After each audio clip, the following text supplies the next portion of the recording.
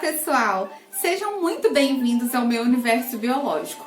Eu sou a professora Ellen Santos, bióloga, mestre e doutora em Biologia Celular e Estrutural, e hoje corrigiremos uma lista rapidinha de exercícios sobre os elementos do sangue. Mas por que você, que não estuda para o Enem ou não está nos primeiros períodos da graduação, pode continuar vendo esse vídeo? Porque é muito interessante sabermos como o nosso corpo funciona para nos protegermos e alcançarmos uma maior qualidade de vida.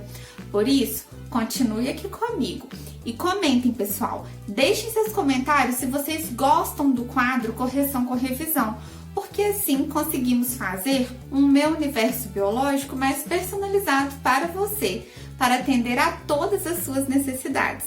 Agora, sem enrolação, vamos lá?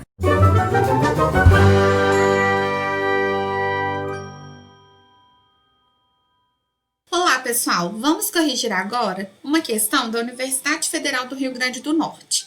Qual das afirmações sobre o sangue não está correta? É um tipo de tecido conjuntivo? Sim, o sangue é um tipo de tecido conjuntivo. Tecido conjuntivo é aquele que tem a função de unir, de preencher, de levar nutriente e também de dar sustentação. Devido a essas características, o sangue se encaixa na classificação de tecido conjuntivo. Além disso, ele apresenta grande quantidade de matriz extracelular, uma substância sem formato específico que está entre as células de um tecido. A matriz extracelular sanguínea é exatamente o plasma. Letra B. Coagula-se pela ação dos eritrócitos. Eritrócitos é um sinônimo para hemácia, glóbulos vermelhos.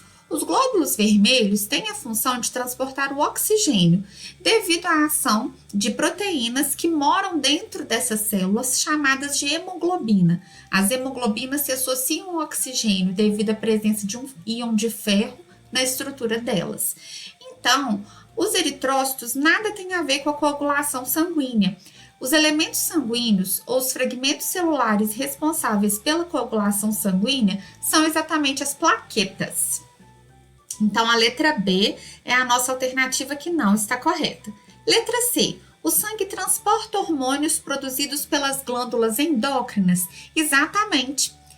Ao redor das glândulas endócrinas existem vários vasos sanguíneos que vão captar por difusão esses hormônios produzidos pelas glândulas endócrinas, que irão se diluir no plasma e viajar até o tecido-alvo. Já as glândulas exócrinas conseguem liberar na corrente sanguínea ou em um outro local do corpo as suas substâncias porque elas apresentam um tubo, um ducto, que faz essa substância desembocar, ser secretada em algum local.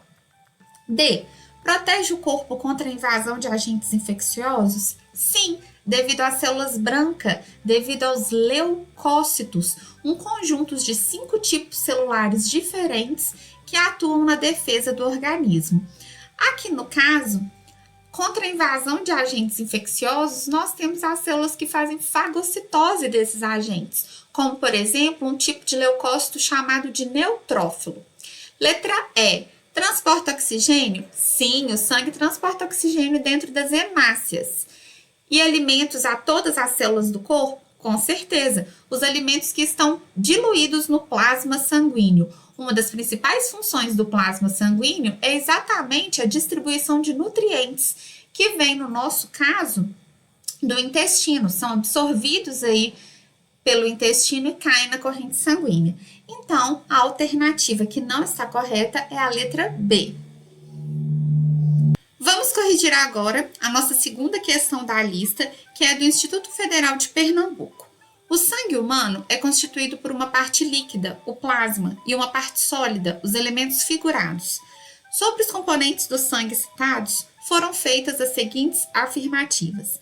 Pessoal, uma dica aqui, a parte líquida chamada plasma, que tem a função de transportar principalmente hormônios, nutrientes e nos ajudar na osmorregulação dos nossos tecidos, ela é a matriz extracelular desse tecido. Afinal, o sangue não é um sistema, não é um órgão, ele é um tecido.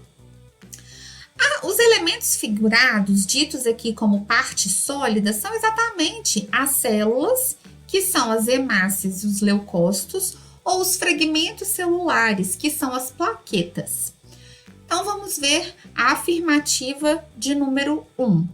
O plasma sanguíneo é responsável pelo transporte de nutrientes dos intestinos, onde são absorvidos, para os demais tecidos, bem como pelo transporte de hormônios das glândulas que os produzem para os locais onde vão atuar. Exatamente, essas são funções atribuídas ao plasma, a matriz extracelular do sangue. 2. Vamos a 2. Os trombócitos são células sanguíneas que liberam tromboplastina, atuando assim no processo de coagulação do sangue. Na verdade, os trombócitos, eles não são células. Quem, na verdade, libera tromboplastina e atua no processo de coagulação são os fragmentos celulares, as plaquetas. Então, a afirmação 2 está errada. 3. Os leucócitos são células anucleadas, que atuam na defesa do organismo produzindo anticorpos ou fagocitando vírus e bactérias. Na verdade, os leucócitos apresentam um núcleo sim.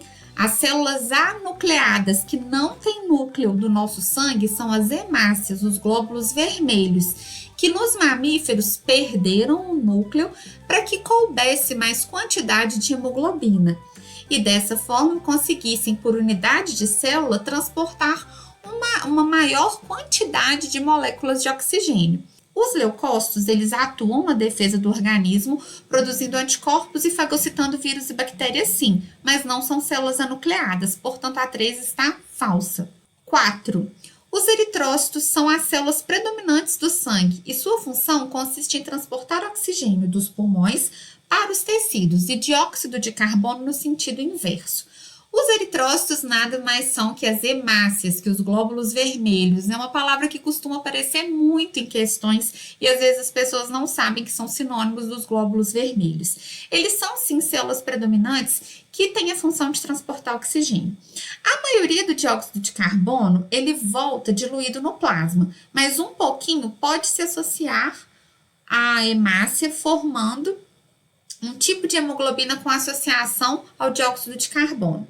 Então, essa alternativa pode ser considerada correta. A 5.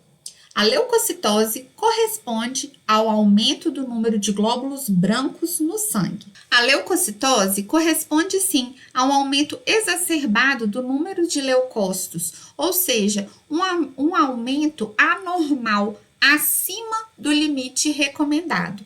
Portanto, a 5 está correta. As alternativas corretas são A1, A4 e A5. 1, 4 e 5 nos remetem à letra D. Oi, gente! Viu como é que é legal e interessante, dinâmico, corrigir questão e ir tendo conhecimento? Se você acha que esse vídeo traz para você facilidade de entender os conteúdos, comenta aqui embaixo, porque dessa maneira eu vou saber trazer aqui os conteúdos que você mais gosta. Afinal, o meu universo biológico é desenhado justamente para aumentar o seu desempenho e a sua qualidade de vida. Muito obrigada e até a próxima!